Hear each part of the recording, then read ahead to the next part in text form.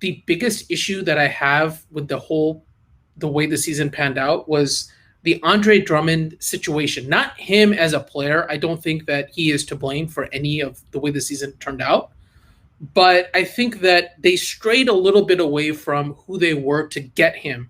And I think that kind of sealed the fate on the season, where he was sort of the goat of scapegoats, Andy. Like he became an avatar. He really was for amazing, yeah. He was the actually avatar tweeted that for out. everything you don't like about he's how the the Lakers season is scapegoat. going.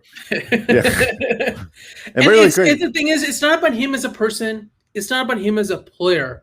It's about the fact that the Lakers went from last year to where everybody had to, know the role. Everybody, you'd be benched if you were not the right matchup. If next man up kind of mentality.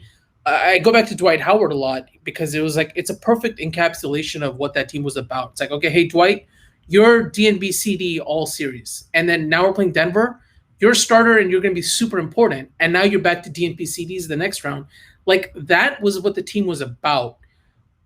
Whether they felt desperate because of the health situation, and so they promised Andre Drummond things, I think that it kind of broke what the fabric of the team in such a way where it didn't matter how well Andre Drummond performed. It didn't matter how good of a locker room presence he was.